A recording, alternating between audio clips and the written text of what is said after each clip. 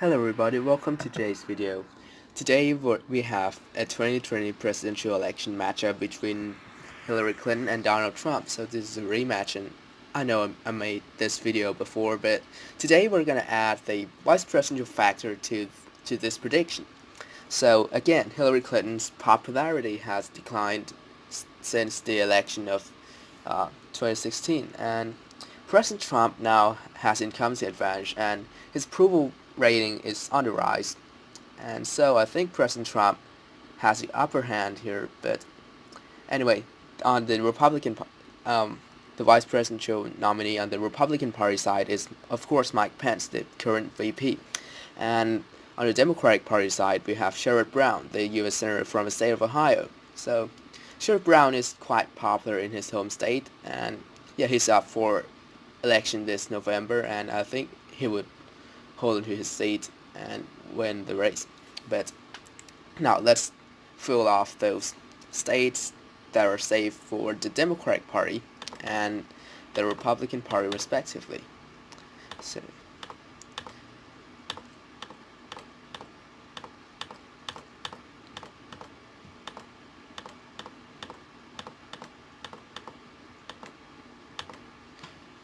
now Indiana would be safe for the Republican Party since Mike Pence is the VP candidate, and yes, he has this state influence, and he's quite popular in his home state. Uh, yeah, New York would go to Clinton, of course. Now, this puts Hillary Clinton at 182 electoral votes and Donald Trump at 180 electoral votes.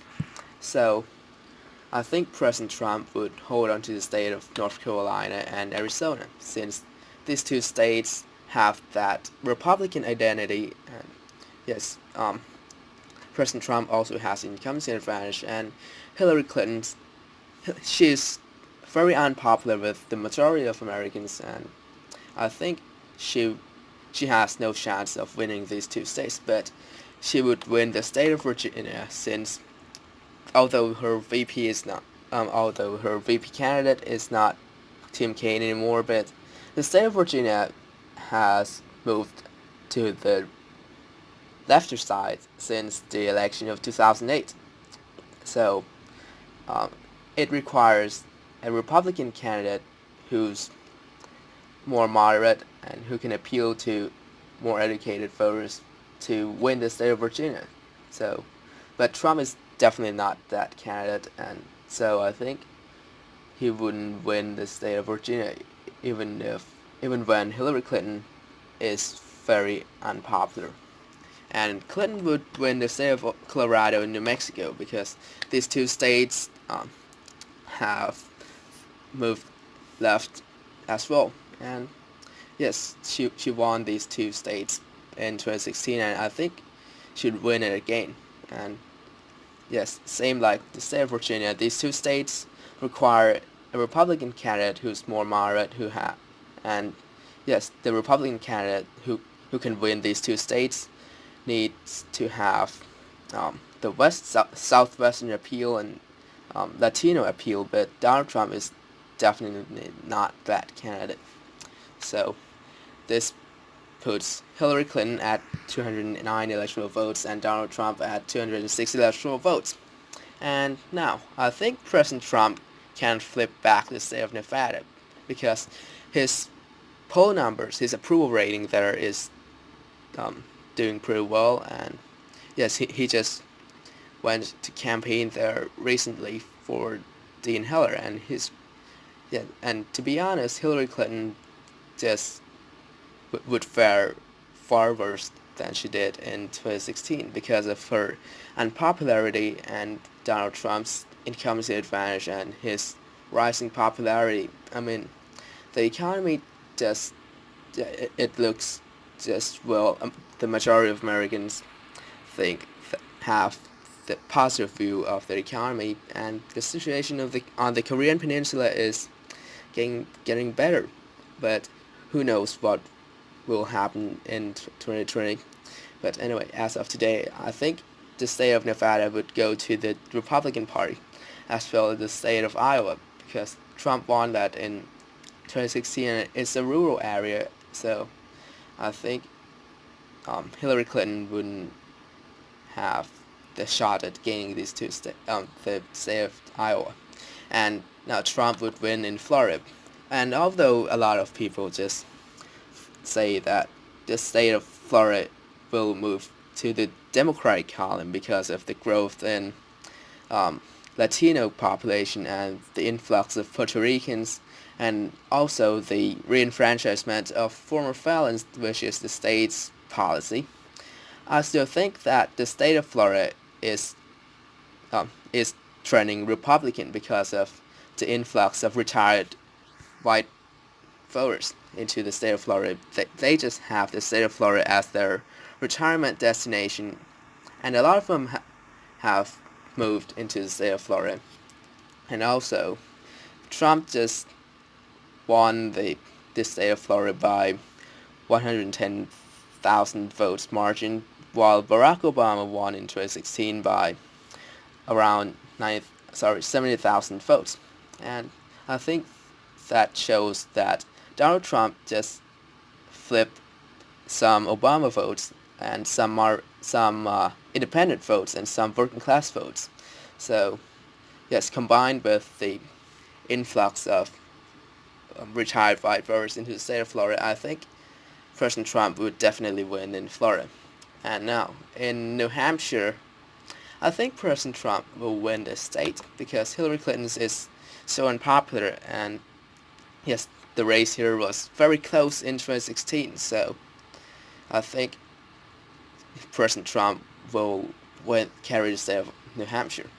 And now going to Maine, I think President Trump would definitely win the second district, and he would probably win the Maine state because Hillary is very unpopular, and Maine, those are the rural areas, and President Trump narrowly lost that state, and he won the second district by a large margin in 2016. So I don't see the unpopular Hillary flipping the second district back, but she would win the first district.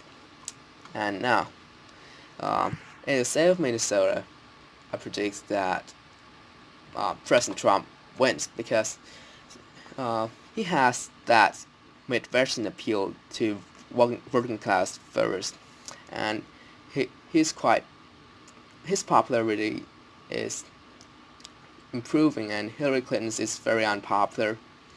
And also President Trump just campaigned in Duluth in Minnesota recently, and yes, he would be able to flip the state back.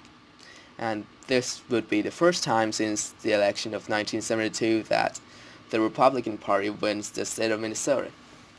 And now moving to Wisconsin, I think President Trump would still win, yeah, and he would win Michigan too, because these two states are the states that voted for him, although by a small margin. But these two states they are trending more Republican, and also that Hillary Clinton's very unpopular. I don't think that the Democratic Party would be able to gain these two states. Although Sherrod Brown comes from this region, he comes from the state of Ohio, and he might make the race competitive, but I would think these two states would still go to Donald Trump. And moving to Ohio, Sherrod Brown's home state, I think the Republican Party would win. Yes, Sherrod Brown comes from this state, but if the state's trending for the another party, I don't think that the Democratic Party would be able to win the state, because President Trump won the state by a large margin in 2016, and yes, Paul Ryan already proved this in 2012 that even though you're from the state that, yeah, he came from the state of Wisconsin, and the Romney Ryan ticket ended up losing the state of Wisconsin. But although Ryan just made the race here, the race in Wisconsin more competitive, but still the state was trending for Barack Obama, and it went for Obama. And this is the same case as Ohio, because President Trump won it by a big margin, and I don't think that Sherrod Brown would be able to flip the state back for Hillary Clinton. And now going to Pennsylvania, uh, I think President Trump would still win, because Hillary is unpopular, although Sherrod Brown again would make the race here more competitive and make it closer.